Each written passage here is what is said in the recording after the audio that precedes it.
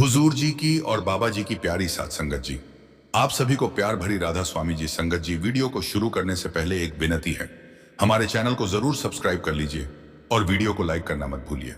Comment में राधा स्वामी जी जरूर लिख दीजिए और अपने शहर का नाम जरूर लिखें।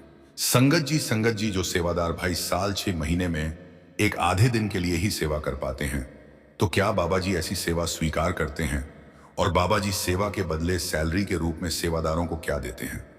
आज मैं आपके साथ एक ऐसी सच्ची घटना बांटने जा रहा हूं जो यह समझने के लिए काफी है कि बाबा जी सेवा करने वालों को बदल में कैसी सैलरी देते हैं, चाहे कोई एक ही दिन सेवा में लगे या बरसों तक। बाबा जी की तरफ से मिलने वाली कमाई क्या होती है, यह अनुभव आपको भीतर तक छू जाएगा। इस घटना को सुनते सुनते आपके भीतर सेवा के लिए एक नया खिंचाव पैदा होगा। सच कहूं तो इसे पूरा सुन लेने के बाद सेवा से दूर रहने का कोई बहाना दिल में टिक ही नहीं पाएगा। कदम अपने आप उस दिशा में उठने लगेंगे। आज की यह सच्ची घटना एक सेवादार के बारे में है, जिसे देखते ही बाबा जी के चेहरे पर अपने आप एक हल्की, बहुत ही प्यारी मुस्कान खिल जाती थी। वहां और भी अनेक सेवादार सेवा में जुटे रहते थे, पर जैसे ही यह विशेष सेवादार सामने आता, बाबा जी धीमे से मुस्कुरा देते।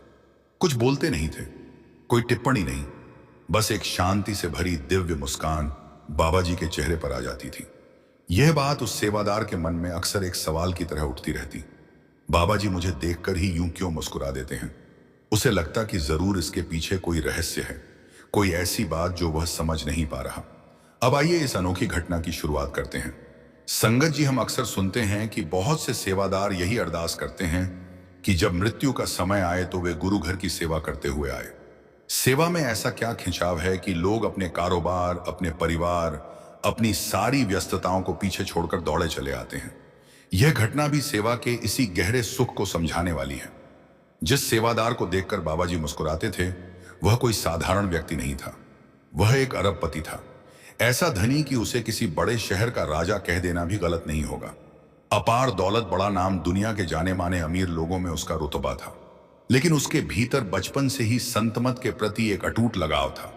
उसके माता पिता भी प्रारंभ से ही सत्संगी थे और उसी वातावरण में पला बड़ा होने की वजह से उसका मन हमेशा डेरा व्यास की ओर खींचा चला जाता था। हालत यह थी कि जब भी उसे सेवा के लिए बुलावा आता तो वह अपनी सबसे महत्वपूर्ण मीटिंग तक छोड़ देता था। करोड़ों की डील हो या बड़े बड़े बिजनेस फैसले, सब कुछ पीछे छोड़कर वह कई कई दिनों तक व्यास या बाबा जी के दूसरे बड़े सत्संग स्थलों पर रहकर जो भी सेवा मिल जाए उसे पूरे मन से निभाता था। सोचिए, करोड़ों की कार में बैठकर आने वाला यह इंसान डेरे की पगडंडियों और सड़कों पर खड़े होकर झाड़ू लगाने में कितनी खुशी महसूस करता था। कभी उसकी सेवा लंगर में दाल बांटने की लगती तो कभी मिट्टी उठाने की, और वह हर सेवा में पूरी लगन और विनम्रता से जुड़ जाता। और यही आती है वह बात जिसने सबका ध्यान खींचा। जब भी बाबा जी दर्शन देने बाहर आते तो बाकी सेवादारों को प्रेम से देखते, लेकिन इस अमीर सेवादार को देखते ही बाबा जी के होठों पर हल्की सी सहज मुस्कान आ जाती। संगत जी, उस अमीर सेवादार के लिए आप ही जादी उसके से अब तन सकेगी। बाबा जी की हर बार की मुस्कान एक पहेली बन गई थी। जैसे ही बाबा जी उसके पास से गुजरते, बाबा जी के चेहरे पर एक हल्की सी मीठी सी मुस्कान आ जाती। बाबा जी आगे निकल जाते, पर यह भाई पीछे रह जाता। वह मन ही मन सोचता रहता, आखिर बाबा जी मुझे देखकर मुस्कुराते क्यों हैं? यहां और भी सेवादार हैं, लेकिन बाबा जी सिर्फ मेरी ओर देखकर ही क्यों मुस्कुराते हैं? क्या मेरी सेवा ठीक नहीं, या मेरे चेहरे में कुछ ऐसा है जिसकी वजह से बाबा जी हंस पड़ते हैं? इन सवालों ने उसे कई दिनों तक परेशान किया, और ऐसा एक आध बार नहीं, बार बार होता था। चाहे वह दिल्ली में सेवा कर रहा हो या डेरे में, हर मुलाकात में बाबा जी की वही मधुर मुस्कान बिना किसी शब्द के इस भाई को देखने को मिलती थी। जब उसकी उलझन बढ़ती गई तो उसने यह बात दूसरे सेवादारों से साझा की, पर किसी के पास भी उसके सवाल का जवाब नहीं था। सबने बस यही कहा कि बाबा जी की रहमत है। लेकिन अमीर भाई के मन को संतोष फिर भी नहीं मिला। एक दिन उसके जत्थेदार ने कहा, चल, अगली बार जब मौका मिले तो मैं तुझे बाबा जी से मिलवा दूंगा। तू खुद ही उनसे पूछ लेना कि जब भी तू सामने आता है बाबा जी मुस्कुरा क्यों देते हैं। कुछ समय बाद डेरे में ही जत्थेदार की बेनती पर बाबा जी ने उसे अपने पास बुलाया। अमीर भाई ने हिम्मत करके धीरे से अपने मन की उलझन बतानी शुरू की। वह बोला, बाबा जी, क्या मेरी सेवा में कोई कमी रह जाती है? आप मुझे देखते ही मुस्कुराते क्यों हो? यह बात मुझे बहुत परेशान करती है। डर लगता है कहीं मुझसे कोई गलती तो नहीं हो रही। आप मेरी उलझन दूर कर दो। नहीं तो मेरा मन सेवा में भी टिक नहीं पाएगा। बाबा जी ने शुरुआत में कहा, नहीं बेटा, ऐसी कोई बात नहीं है, मैं तो बस वैसे ही मुस्कुराता हूं। तो सेवादार ने जिद पकड़ ली, बाबा जी आप मुझे मुस्कुराने का कारण तो बताओ। बाबा जी ने उसकी जिद और मन की उलझन को समझते हुए मुस्कान का रहस्य बताया। बाबा जी बोले, बेटा तेरी सेवा तो बहुत उत्तम है। मैं इसलिए मुस्कुराता हूं क्योंकि कई साल पहले भी तूने डेरे में सेवा की थी और उस समय तू कुछ और ही रूप में था। अमीर भाई चौंक गया। उसने तुरंत कहा, बाबा जी मैं तो बचपन से ही डेरे से जुड़ा हूं, बचपन से सेवा करता आया हूं। जैसा मैं आज हूं लगभग वैसा ही पहले भी था, बस उम्र बढ़ने से चेहरा कुछ बदल गया होगा। बाबा जी हल्के से मुस्कुराए और बोले, नहीं बेटा, मैं तेरे बचपन की नहीं, उससे भी बहुत पहले की बात कर रहा हूं। उस जन्म में तू एक साधारण सा मजदूर था। बाबा जी की बात सुनकर वह अमीर सेवादार बिल्कुल स्तब्ध रह गया। उसके मन में एक साथ कई सवाल उठने लगे। उसकी हैरानी देखकर बाबा जी ने स्वयं ही आगे समझाना शुरू किया। बाबा जी बोले, बेटा मैं तेरे पिछले जन्म की बात कर रहा हूं। उस जन्म में तू एक साधारण मजदूर था। रोज दिहाड़ी लगती थी और तू इसी डेरे में आकर दिहाड़ी पर काम करता था। उस समय हुजूर महाराज जी गद्दी पर थे। बाबा जी की बातें जैसे जैसे आगे बढ़ती गईं, उस अमीर भाई की सांसें थम सी गईं। बाबा जी ने कहा, सुषम, उसी समय तू देखा करता था कि महाराज जी सेवा पूरी होने पर सभी सेवादारों को दर्शन देते और अपने हाथों से प्रसादी बांटते थे। एक दिन तेरे मन में भी यह भाव आया कि क्या मैं भी एक दिन के लिए बिना दिहाड़ी लिए गुरु घर की सेवा कर सकता हूं, जिससे कि महाराज जी मुझे भी दर्शन और अपने हाथों से प्रसादी दें। जब उसने यह बात अपनी पत्नी को बताई तो उसने भी तुरंत सहमति जताई। वह बोली, गुरु के दर्शन मिल जाए, प्रसादी हाथ लग जाए, इससे बड़ा सौभाग्य कैसा। अगर एक दिन की कमाई ना भी हो तो क्या हुआ, हम एक दिन भूखे भी रह लेंगे, पर तुम सच्चे मन से सेवा जरूर करना। उस दिन तूने बिना दिहाड़ी लिए पूरे दिल से, पूरे समर्पण के साथ सेवा की और अपनी मेहनत में ऐसा डूब गया कि तुझे समय का बिल्कुल पता ही नहीं चला। दूसरे सभी सेवादार शाम 5 बजे तक सेवा करके दर्शन और प्रसादी लेकर घर जा चुके थे, पर तू सेवा में इतना तल्लीन था कि उसे यह मालूम ही नहीं हुआ कि सब सेवादार दर्शन करके जा चुके हैं। जब शाम के करीब 7 बजे तू अपनी अवस्था में वापस आया तो तूने देखा कि सब लोग जाग कोई आ चुके थे। तब जाकर तुझे एहसास हुआ कि मैं तो अब अकेला रह गया और अब तो महाराज जी भी अपनी कोठी में जा चुके होंगे। भारी मन से तू सेवा वाली जगह से वापस घर जाने लगा कि तभी पीछे से महाराज जी ने तुझे आवाज लगाई। महाराज जी बोले, बेटा क्या बात, तूने प्रसादी नहीं लेनी। महाराज जी के यह शब्द सुनकर तेरे आंसू बह निकले। उस समय महाराज जी ने तुझे बहुत खुले दर्शन दिए और अपने हाथों से प्रसादी भी दी। बाबा जी ने धीमे स्वर में कहा, बेटा तेरी उस एक सच्ची निस्वार्थ सेवा का फल तुझे इस जन्म में मिला है। उस सेवा ने तेरे जीवन की दिशा बदल दी। उसी कर्म के प्रभाव से इस बार तेरा जन्म एक सत्संगी परिवार में हुआ और मालिक ने तुझे इस जन्म में राजा जैसा जीवन दे दिया। उस दिन के बाद तूने महाराज जी को अपना सब कुछ मान लिया और जब भी मौका मिलता तो तू सेवा करने पहुंच जाता था। लेकिन क्योंकि पिछले जन्म में तूने नाम दान नहीं लिया था और सदगुरु ने तेरी जिम्मेदारी उठा रखी थी, इसलिए तुझे दोबारा जन्म मिला और इस बार सत्संगी परिवार में जन्म मिला, जिससे कि तू फिर से सदगुरु से जुड़ जाए और अपना भजन, सिमरन और सेवा को पूरा कर सके। बाबा जी की यह बात सुनकर वह अमीर सेवादार भीतर तक हिल गया। बाबा जी के जाने के बाद भी वह देर तक यही सोचता रहा, अगर सिर्फ एक दिन की निष्काम सेवा का फल इतना मीठा है तो पूरी जिंदगी की सच्ची सेवा के बदले मालिक ना जाने क्या क्या दे देता होगा। संगत जी, यहाँ एक बात हम साफ कर रहे हैं कि इस घटना को सुनकर आप मन में यह इच्छा लेकर सेवा पर मत जाना शुरू कर देना कि सेवा के बदले हमें भी मालिक राजा बना देगा। सेवा निस्वार्थ होनी चाहिए। मालिक ने क्या देना है और क्या नहीं देना वह मालिक की मौज है। हमें इच्छा लेकर सेवा पर नहीं जाना, फिर वह सेवा नहीं सौदा बन जाता है। मैं एक और सच्ची घटना लेकर आया हूं। एक ऐसी घटना जिसमें एक मजदूर को सेवा से मिली नेमत की कद्र ना करना आखिरकार उसके लिए भारी पड़ गया। यह प्रसंग भी हुजूर महाराज जी के द्वार का ही है। शुरू करने से पहले हम एक बात और संगत को कहना चाहते हैं कि यह आध्यात्मिक वीडियो आपके अपने चैनल जिसका नाम है सदगुरु सेवा सिमरन ने बनाया है। अगर यही स्क्रिप्ट आपको किसी दूसरे चैनल पर मिले तो कृपया समझें कि वह हमारी सामग्री को बिना अनुमति के इस्तेमाल कर रहे हैं। संगत जी, आइए अब अपनी घटना की तरफ आगे बढ़ते हैं।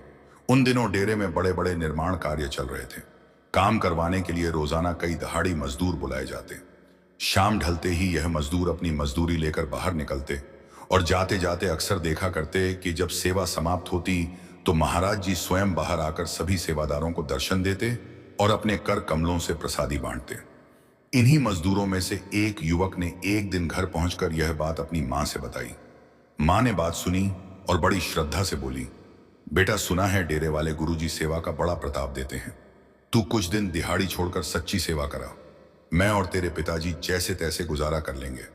तू बस चिंता मत कर, मन लगाकर सेवा करना। मां की यह दृढ़ आस्था सुनकर उस मजदूर का मन भी पिघल गया। उसने निश्चय किया कि वह पूरे 10 दिन सेवा के लिए डेरे जाएगा और सच में वह चला भी गया। उन 10 दिनों में उसने तन मन लगाकर सेवा की, ना थकान की परवाह, ना शरीर की तकलीफ। बस पूरी लगन, पूरे समर्पण और पूरे प्रेम से वह सेवा में जुटा रहा। लेकिन जब वह डेरे में सेवा में खोया हुआ था, ठीक उसी समय उसके घर पर एक अकल्पित चमत्कार घट चुका था। उसके पिताजी के पास एक पुश्तैनी जमीन थी, सूखी बंजर, बिल्कुल बेकार सी। ना उस पर खेती होती थी, ना कभी कोई खरीदार उसकी तरफ देखता था। सालों से वे उसे बेचने की कोशिश कर रहे थे, मगर कोई उम्मीद नहीं बनती थी। पर जैसे ही उनका बेटा सेवा में डूबा हुआ था, उसी दौरान अचानक उस जमीन के लिए एक बढ़िया खरीदार खुद चलकर आ गया और इतना अच्छा दाम ऑफर किया कि बरसों से रुकी हुई किस्मत मानो एक ही पल में पलट गई। परिवार की पूरी आर्थिक स्थिति ही बदल गई। जमीन के पूरे पैसे उसके पिताजी के हाथों में आ गए। उधर 10 दिन की सेवा पूरी होकर जत्थे के वापस लौटने का समय आ गया। जाने से पहले हुजूर महाराज जी ने सभी सेवादारों को अपने पास बुलाया, सबको दर्शन दिए, आशीर्वाद दिया और मधुर स्वर में कहा, मालिक की कृपा तुम पर बनी रहे। फिर हर सेवादार को प्रसादी का एक एक पैकेट दिया गया। सभी सेवादार खुशी खुशी घर लौटने लगे, लेकिन वह मजदूर मन ही मन बिल्कुल अलग सोच रहा था। वापसी पर उसने उदास होकर सोचा, मैंने 10 दिन की मेहनत की, सेवा में अपना खून पसीना बहाया और बदले में मिला क्या? बस यह छोटा सा प्रसादी का पैकेट और वह कृपा वाला आशीर्वाद। ऐसी सेवा का क्या मतलब? यही सोचते सचते वह जत्थे के साथ वापस चल पड़ा। रास्ते में एक बड़ा ढाबा पड़ता था, जहां ढाबे वाला मालिक अक्सर डेरे से आने जाने वाले सेवादारों को प्यार से भोजन कराता था। उस ढाबे वाले की टांगें खराब थीं, जिस कारण से वह डेरे में नहीं जा पाता था। उस दिन मजदूर वाला जत्था वहीं रुका। ढाबे का मालिक मुस्कुराते हुए उस मजदूर के पास आया और पूछने लगा, भाई महाराज जी के दर्शन हुए ना? मजदूर ने अनमाने ढंग से सिर हिला दिया, फिर बोला, दर्शन तो हो गए, पर 10 दिन सेवा करने के बदले बस यह छोटा सा पैकेट मिला है। इसका क्या करूं?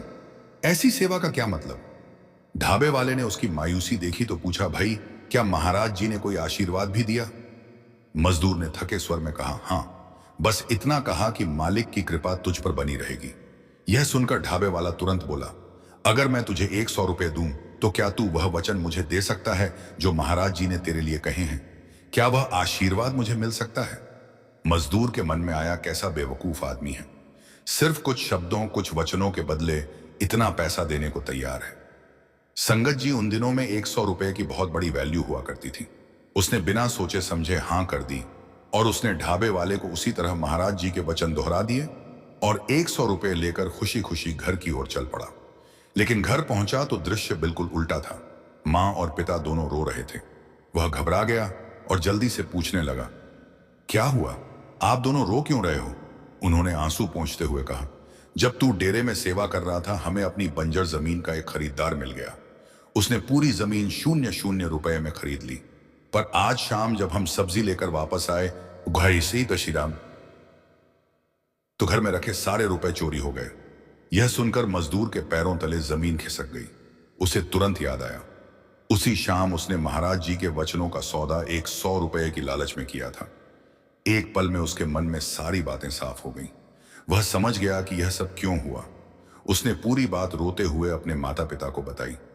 मां और पिता दोनों भड़क उठे और उसे डांटते हुए बोले, तूने गुरु के आशीर्वाद का सौदा कर दिया, इतना बड़ा पाप कैसे कर दिया? आशीर्वाद खरीदा बेचा नहीं जाता। अब तुझे डेरे जाकर महाराज जी से माफी मांगनी होगी। मजदूर को अपनी करनी पर बहुत ज्यादा पछतावा हो रहा था। मजदूर को तो उस मालिक ने सेवा के बदले इतना कुछ दे दिया था, लेकिन मजदूर ने कद्र ही नहीं की और मालिक ने सब वापस छीन लिया। जी मजदूर ने फिर से डेरे जाकर बहुत सेवा की और अपनी करनी की माफी भी मांगी। संगत जी, अगर हम सेवा को किसी चीज के लालच में करने लगेंगे तो उसको सेवा नहीं सौदा कहते हैं। सेवा के बदले मालिक ने क्या देना है और क्या नहीं, यह सब कुछ मालिक पर छोड़ देना चाहिए। हमें तो सिर्फ निष्काम और निस्वार्थ भाव से सेवा करनी चाहिए। जब एक सेंटर पर भंडारे के दिनों में एक लावारिस बैग मिला था। एक बार डेरे में भंडारा था और बहुत ज्यादा भीड़ थी। डेरे की कैंटीन के पास एक बैग काफी देर से यूं ही रखा हुआ था। आसपास कोई भी उस बैग के पास बैठा नहीं था। वहीं एक सत्संगी परिवार खड़ा था। जब उनकी नजर उस लावारिस बैग पर पड़ी तो उन्होंने आसपास मौजूद संगत से पूछा, पर सभी ने साफ कह दिया कि वह बैग उनका नहीं है। साथ संगत जी, यह हमारे लिए बेहद जरूरी है कि ऐसी किसी भी संदिग्ध या लावारिस चीज को देखकर तुरंत एक्शन लिया जाए। इस परिवार ने भी जिम्मेदारी समझते हुए पास में मौजूद एक सेवादार को इस बारे में जानकारी दे दी। सेवादार को जब पता चला कि बैग कई घंटों से वहीं पड़ा है और उसका मालिक कौन है, इस बारे में किसी को कुछ नहीं मालूम, तो वह तुरंत सतर्क हो गए, क्योंकि बैग में कोई हानिकारक या खतरनाक चीज भी हो सकती थी जो बड़ा हादसा खड़ा कर दे। 2-3 सेवादार और वहां पहुंच गए। उन्होंने आपस में विचार किया कि बैग को अपने आप खोलना सही नहीं होगा, क्योंकि यह रिस्क भरा भी हो सकता है। इसलिए सबसे पहले उन्होंने आसपास खड़ी संगत को थोड़ा पीछे कर दिया ताकि सब सुरक्षित रहें। अब उस बैग को वहां पड़े लगभग 2 घंटे हो चुके थे। उसी समय संगत की भीड़ में से एक व्यक्ति आगे आया और बोला, जी, आप मेरे बैग को इतने ध्यान से क्यों देख रहे हैं? सेवादारों ने पूछा, क्या यह बैग आपका है? वह आदमी बोला, जी हाँ, यह मेरा ही बैग है। सेवादारों ने थोड़ा कठोर स्वर में कहा, कोई हुआ तरी, ऐसे कोई अपना बैग छोड़कर जाता है क्या? आपने इसे इस तरह लावारिस क्यों छोड़ा? आदमी घबरा गया और बोला, जी, मैं डेरे में पहली बार आया हूं। बैग यहां रखकर वॉशरूम गया था और वापस आते समय भीड़ इतनी ज्यादा थी कि मैं रास्ता ही भूल गया। पिछले 2 घंटे से मैं अपने बैग को ढूंढ रहा था और बहुत लोगों से पूछते पाछते अब यहां तक पहुंचा हूं। उस आदमी की बात सुनकर सेवादारों को उस पर तो भरोसा हो गया, लेकिन वे फिर भी पूरी तरह आश्वस्त होना चाहते थे। उन्होंने विनम्रता से कहा, बहता सरकाय नहा, जी, हम ये बैग आपको तभी सौंप सकते हैं जब आप हमें यह बता दें कि बैग के अंदर क्या क्या है। क्योंकि अगर यह बैग आपका ना हुआ और हमने आपको दे दिया और बाद में इसका असली मालिक आ गया तो हम उसे क्या जवाब देंगे? आदमी ने बिना हिचकिचाए कहा, जी बिल्कुल, मुझे बताने में कोई परेशानी नहीं है कि मेरे बैग में क्या रखा है। साथ संगत जी, फिर जो बात उसने बताई उसे सुनकर सेवादार सचमुच दंग रह गए। वह बोला, मेरे बैग में 4 धर्मों की पवित्र पुस्तकें, कुरान, बाइबल, श्रीमद् भगवद गीता और गुरु ग्रंथ साहिब हैं। इसके साथ ही मेरे बैग में मेरे शून्य रुपए भी हैं और इसके अलावा श्री कृष्ण, महात्मा बुद्ध, ईसा मसीह और कुछ अन्य महापुरुषों की तस्वीरें रखी हुई हैं। फिर उसने अपने हाथ में पकड़ी बाबा जी की तस्वीर दिखाते हुए कहा, और अब जब मैं रास्ता भटक गया था तो अपने बैग को ढूंढते ढूंढते मैं डेरे में बनी मार्केट पहुंच गया, जहां से मैंने बाबा जी की तस्वीर खरीद ली। अब मैं बाबा जी की तस्वीर भी मैं अपने इस बैग में रखने वाला हूं। जिस चीज की तलाश में मैं इतने सालों से घूम रहा था, वह तलाश आज पूरी हो गई है। अब मैं यहां से सीधे अपने घर वापस जाऊंगा। सेवादारों ने जब सावधानी से बैग खोला तो अंदर वही सब कुछ मिला। ठीक वही वस्तुएं, वही किताबें, वही तस्वीरें जिनका जिक्र उस आदमी ने किया था। यह देखकर सेवादार और भी हैरान रह गए। उन्होंने पूछा, जी, हम समझ नहीं पा रहे कि आप वास्तव में किस तलाश में यहां आए थे। क्या आपको यहां से सिर्फ बाबा जी की तस्वीर ही चाहिए थी? उस आदमी की बात सुनकर सेवादारों की आंखें भी भर आईं। वह व्यक्ति धीमे स्वर में अपनी कहानी बताते हुए बोला, मैं एक बिजनेसमैन हूं और 20 साल पहले मैंने अपना घर छोड़ दिया था। मेरे भीतर एक अजीब सी आग थी, खुद को जानने की, अपनी असली पहचान को समझने की। मैं बार बार सोचता था, मैं आखिर हूं कौन?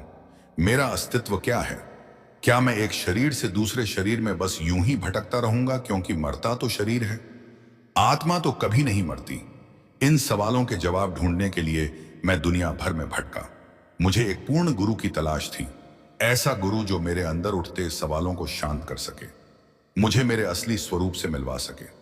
इसी तलाश में मैंने हर मजहब के बारे में पढ़ा, 4 धर्मों की पवित्र किताबें इकट्ठी की, अनेक संतों और महापुरुषों के सत्संग सुने और हर किसी की बात में एक ही बात दोहराई जाती थी कि सृष्टि को बनाने वाला मालिक एक ही है। वह थोड़ा रुका और फिर बोला, लेकिन इतनी बातें सुनने और पढ़ने के बावजूद मैं अपनी पहचान को कभी समझ नहीं पाया। दुनिया भर की यात्राएं करके पहली बार मैं यहां डेरे तक पहुंचा। जब मैं यहाँ आया तब भी मेरे मन में यही था कि शायद यहाँ भी मुझे अपने सवालों का जवाब नहीं मिलेगा। लेकिन जैसे ही मैंने बाबा जी का सत्संग सुना, मैं भीतर तक हिल गया। मैं इतने डूबकर सत्संग सुन रहा था कि लगा जैसे मेरे हर सवाल का जवाब मुझे वहीं उसी क्षण मिल रहा है। बाबा जी ने महज 1 घंटे में दुनिया की हर धार्मिक पुस्तक का सार संगत के आगे रख दिया। बाबा जी ने साफ साफ समझा दिया कि भक्ति किसकी करनी है और किस तरह करनी है। और पहली बार मुझे लगा कि अब मैं जान गया हूं कि मैं कौन हूं और कहां जाना है। आज मुझे यह भी समझ आ गया है कि इस राह पर मैं अकेला एक कदम भी नहीं चल सकता। मुझे एक सच्चे गुरु की आवश्यकता है और वह सद्गुरु मुझे यहां मिल गए हैं। उसकी यह सच्ची दिल से निकली बात सुनकर सेवादारों की आंखें भी भर आईं। वे भावुक होकर बोले, भाई आप यहां अपनी इच्छा से नहीं आए, आपको यहां बाबा जी ने खुद बुलाया है। आप 23 वर्षों से भटक रहे थे, लेकिन इन 20 सालों में कभी यहां तक पहुंच ही नहीं पाए, क्योंकि तब आपका समय नहीं आया था। जब आज आपकी घड़ी पूरी हुई, तभी बाबा जी ने आपको अपनी तरफ खींच लिया, बिल्कुल ऐसे जैसे चुंबक लोहे को अपनी ओर खींच लेता है। भ्रांत सच संगत जी जो सत्संगी यह सोचते हैं कि वे अपनी मर्जी से डेरे तक आ गए, तो यह उनका भ्रम है। बाबा जी की इच्छा के बिना कोई भी रूह बाबा जी से जुड़ ही नहीं सकती। जब बाबा जी चाहेंगे, रूह खुद ब खुद उनकी ओर खींची चली आएगी। संगत जी, अब मैं आपको उत्तर प्रदेश के अलीगढ़ में रहने वाली एक बीवी से जुड़ी घटना सुनाने जा रहा हूं। शुरू करने से पहले एक छोटी सी संगत जी, बाबा जी ना जाने कितनी बार हमें समझा चुके हैं कि अंधविश्वास से दूर रहना है, किसी बाहरी साधन टोने टोट के उपायों पर भरोसा नहीं करना है। लेकिन फिर भी कुछ लोग ऐसे होते हैं जो रोज सत्संग सुनते हैं, लेकिन उसकी सीख को अपने जीवन में उतारने की कोशिश नहीं करते। सत्संग उनके कानों तक पहुंचता है पर दिल तक नहीं उतरता। सुनते तो हैं पर चलते अपनी ही मान्यताओं पर हैं। अलीगढ़ की एक सत्संगी बीवी अकेली ही ट्रेन पकड़कर बाबा जी के भंडारे में शामिल होने के लिए रवाना हुई। सफर लंबा था और अकेला सफर हमेशा थोड़ा थकाने वाला भी होता है, इसलिए राह में बैठे लोगों से हौले हौले बातचीत हो जाना स्वाभाविक था। बीवी जिस बर्थ पर बैठी थी, उसके ठीक सामने एक बुजुर्ग सत्संगी दंपत्ति बैठे हुए थे। वे भी अलीगढ़ से ही ब्यास जा रहे थे। धीरे धीरे बातचीत शुरू हुई, रास्ता हल्का होता गया और फिर बीवी ने यूं ही हंसते बोलते एक बात कह दी कि वह सिर्फ सत्संग सुनने और दर्शन करने के लिए नहीं जा रही, उसे डेरे में एक बहुत जरूरी काम भी करना है। बीवी की यह बात सुनकर सामने बैठे बुजुर्ग अंकल एकदम चकित रह गए। उन्होंने तुरंत पूछा, बहन जी, डेरे में जाने का उद्देश्य तो दर्शन करना, सत्संग सुनना और सेवा करना होता है। इसके अलावा कौन सा ऐसा काम है जिसके लिए आपको वहां जाना पड़ रहा है? बीवी मुस्कुरा दी और बोली, भाई साहब, मेरा मकसद इन सब से बिल्कुल अलग है। बुजुर्ग दंपति के भीतर उत्सुकता बढ़ गई। उन्होंने विनम्रता से कहा, बताओ तो सही, आखिर तुम किस काम के लिए जा रही हो? तब बीवी ने धीमे स्वर में अपनी बात साझा की, मेरे बेटे की शादी को 5 साल हो चुके हैं, लेकिन अभी तक उन्हें संतान का सुख नहीं मिला है। किसी पहुंचे हुए ज्योतिषी ने हमें सलाह दी है कि जिस गुरु पर आप पूरा विश्वास रखते हैं, अगर उनके चरणों की थोड़ी सी मिट्टी और उनके घर से थोड़ा सा पवित्र धूल रूप पा लेकर आ जाए और फिर उसे घर में बताए गए स्थान पर स्थापित करें, तो बहुत जल्द हमें पोते का मुख देखने का सौभाग्य मिलेगा। उसकी बात सुनकर सामने बैठे बुजुर्ग भी चौंक गए, क्योंकि बीवी का यह मकसद इस पवित्र स्थल की भावना से बिल्कुल अलग दिशा में जा रहा था। यह सुनते ही बुजुर्ग अंकल और आंटी एक दूसरे की ओर हैरानी से देखने लगे। दोनों कुछ देर के लिए शांत हो गए। बीवी ने घबराकर पूछा, जी क्या हुआ? क्या मेरी किसी बात से आपको बुरा लगा? इस पर उस दंपत्ति ने कहा, नहीं बहन जी, हमें आपकी किसी बात से बुरा नहीं लगा। हम तो बस यह सोच रहे हैं कि बाबा जी अपनी संगत के लिए इतनी मेहनत क्यों करते हैं, जगह जगह जाकर सत्संग क्यों करते हैं, जब लोग सुनकर भी अमल नहीं करते। बीवी ने आश्चर्य से पूछा, भाई साहब, आप ऐसा क्यों कह रहे हो? दंपत्ति ने गंभीरता से समझाते हुए कहा, बेटा, बाबा जी तो हमें अंधविश्वासों से बाहर निकालने की कोशिश करते हैं, पर हम लोग हैं कि बाहर आने को तैयार ही नहीं। परमार्थ से जुड़ने के बाद भी लोग ज्योतिषियों की बातों पर भरोसा करने लगते हैं। जरा सोचो, क्या कोई ज्योतिषी उस मालिक की बनाई हुई व्यवस्था को किसी टोटके या मिट्टी की पुड़िया से बदल सकता है? अगर सच में ज्योतिषियों के पास इतनी शक्ति होती तो दुनिया में आने वाली बड़ी बड़ी आपदाओं का पहले से पता क्यों नहीं चलता? वे क्यों नहीं भविष्यवाणी करते कि कहां क्या होने वाला है? फिर कुछ देर की बहस के बाद बुजुर्ग दंपति ने पूछा, बहन जी, क्या आप बता सकती हो कि तुम किस ज्योतिषी की बात कर रही हो? क्योंकि हमारे पड़ोस में भी एक ब्राह्मण ज्योतिषी रहते हैं, कहीं तुम उन्हीं के चक्कर में तो नहीं पड़ गई? बीवी ने ज्योतिषी का नाम बताया। नाम सुनते ही बुजुर्ग दंपति बोले, कि बहन जी उनका घर तो हमारे घर के बगल में है, उसकी तो खुद की ही संतान नहीं है, वह खुद संतान प्राप्ति के लिए बड़ी मेडिकल संस्थानों के चक्कर काट चुका है। अगर ऐसे टोटके सच में काम करते तो क्या वह सबसे पहले खुद पर इन्हें नहीं आजमाता? यह सुनकर बीवी जैसे पत्थर की हो गई। उसके मुंह से बस इतना ही निकला, मुझे तो यह सब पता ही नहीं था। मुझे तो बस इतना बताया गया था कि वह ज्योतिषी 0 रुपए लेकर उपाय कर देगा और हमारे घर संतान आ जाएगी। यह सुनकर बुजुर्ग दंपत्ति बोले कि बहन जी, हम खुद अगर अपनी कमजोरी दूसरों को दिखाएंगे तो दूसरे फायदा ही उठाएंगे। जरा सोच कर देखो, अगर सच में टोटकों से या ज्योतिषों के उपायों से किस्मत बदलती तो क्या वह ज्योतिषी अभी तक संतानहीन होता? लेकिन आज 22 साल हो गए उसकी शादी को, आज भी वह संतानहीन है और वह दूसरों के घर संतान प्राप्ति के उपाय के बदले हजारों रुपए ले रहा है। अगर पैसे, टोटकों या किसी बाहरी उपाय से मालिक की लिखी हुई करनी बदली जा सकती तो इस संसार में एक भी इंसान दुखी नहीं रहता, हर घर में सुख शांति होती और कोई भी जीवन की मार नहीं झेल रहा होता। लेकिन सच तो यह है कि ऐसे चक्करों में पड़कर इंसान अपनी नाम भक्ति से मिलने वाली कमाई को ही व्यर्थ कर देता है। बाबा जी कई बार समझा चुके हैं, जो भाग्य में लिखा है वह होकर रहेगा और आने वाली मुश्किलों को झेलने की ताकत सिर्फ और सिर्फ भजन सिमरन से मिलती है। पर हम करते क्या हैं? बाबा जी के हुक्म पर चलने की बजाय मुसीबतों से बचने के लिए बाहरी साधनों और ज्योतिष के फेरों में फंस जाते हैं। हमें लगता है कि कोई उपाय जीवन बदल देगा, लेकिन सच्चाई यह है कि अगर आपकी किस्मत में बेटे बहू को संतान सुख लिखा है तो वह अपने समय पर मिलेगा ही, और यदि नहीं लिखा तो चाहे कितने ज्योतिषियों के चक्कर लगा लो, नतीजा वही शून्य रहेगा। रूहानियत ना तो डेरे की किसी वस्तु में है, ना मिट्टी में, ना तावीज में। रूहानियत तो हमारे अंदर है और हम उस अंदर छिपे खजाने को देखकर भी बाहर की तरफ दौड़ते रहते हैं। बुजुर्ग दंपत्ति की बातों ने उस बीवी के दिल को भीतर तक झकझोर दिया। उसकी आंखें नम हो गईं। वह लज्जित होकर बोली, मैं परेशानी में उलझकर रास्ता ही भटक गई थी, समझ नहीं पा रही थी कि क्या करूं। बस दिल में एक ही इच्छा थी कि दुनिया से जाने से पहले अपने पोते पोती का चेहरा देख लूं, पर आपकी बातों ने मुझे वास्तविकता समझा दी। अगर मेरी किस्मत में यह सुख होगा तो मुझे अवश्य मिलेगा। बीवी ने विनम्रता से बुजुर्ग दंपत्ति से माफी मांगी। डेरे पहुंचकर उसने पूरी एकाग्रता से सत्संग सुना। मन में जो भी संशय था वह सब दूर हो गया। उसका दिल हल्का हो गया और वह संतोष, विश्वास और सुकून लेकर अपने घर लौट आई। संगत जी, जाने अनजाने में हम भी तो यही गलती करते हैं। कहने को हम सत्संगी हैं, लेकिन जब बात शादी या किसी नए काम को शुरू करने की आती है तो हम पंडितों से शुभ दिन निकलवा रहे होते हैं। इस दिन नाखून नहीं काटेंगे, इस दिन लोहा घर नहीं लाएंगे, इस दिन कपड़े नहीं धोने। हम भी तो इस बीवी की तरह ही भ्रमों में फंसे रहते हैं, जबकि बाबा जी से सवाल जवाब के दौरान हजारों बार ऐसे सवाल पूछे जा चुके हैं और बाबा जी ने हर बार समझाया है कि जो किस्मत में लिखा है वह होकर ही रहेगा। फलाने दिन फलाना काम करने या ना करने से किस्मत नहीं बदलने वाली। जो कर्म हमने किए हैं उनका फल तो भोगना ही होगा। संगत जी, अब हम वीडियो को समाप्त करते हैं। आपसे एक बार फिर से राधा स्वामी जी लिखिए।